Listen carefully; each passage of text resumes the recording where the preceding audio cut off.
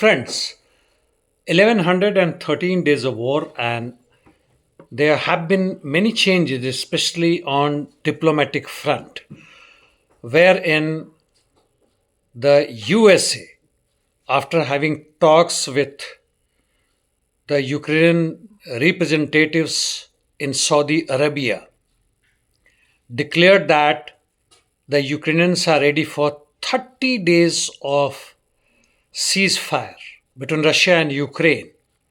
And immediately after that, they have resumed supply of arms munitions and intelligence. But let us see what is happening on the ground before I come back to this again. In Zaporozhye, Russians have advanced south of Kamyansky and again took over Pyatikhatki.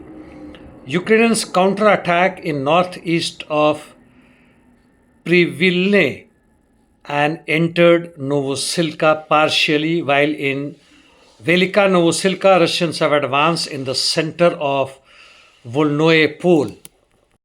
In Burlatskoye area, Russians advanced north and west of the village and have taken over Dnipro which is north of Skudny. Coming to adjacent east, fight is on in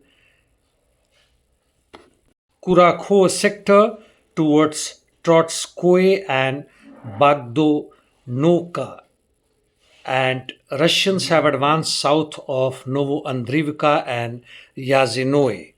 In Dnipro direction, fight is on in eastern Spenovka, southwest of Nadizdinka towards Kotyarovka and Preobrazhenka. And as far as Pokrovsk proper is concerned, in eastern sectors, Ukrainians have advanced west of Vodyane Druv as per SW. By and large, fight is on in southwest and eastern front of Novo Elizavetivka, Udakne, Shevchenko, which is south of Pokrovsk, Novogrodivka, Vodyazenka areas. Fight is also on in northwest of Kotlino and outskirts of Peshanoe Zavorivo. In Toretsk, Russians have advanced in northeast and taken over Daknoe, which is northeast of Krimsky.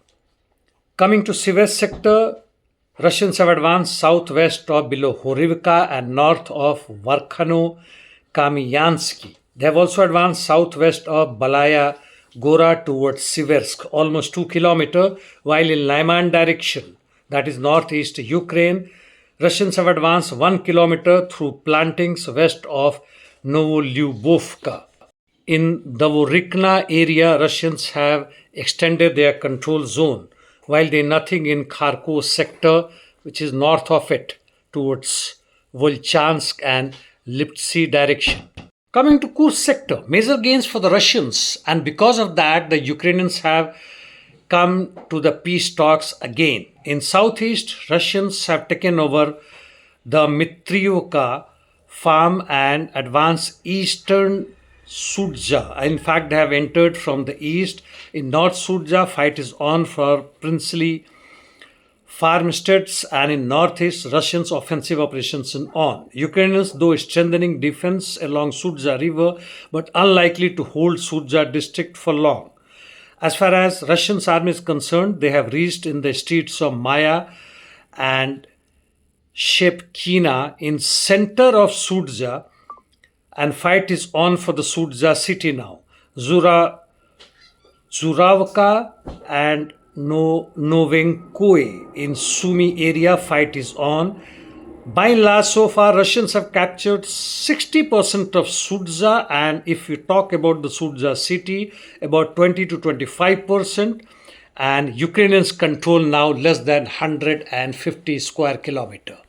Heavy interdiction missions, though unlike yesterday, continuing. However, the main issue is the peace talk between USA and Ukraine, and soon they will be re-talking to Russia again. But what are the other terms and conditions with this 30 days of peace package is still unknown, but it is welcomed by European Union, and that it means that Russia most likely will reject it. As far as Middle East is concerned, Houthis announced resumption of Red Sea blockades against Israel.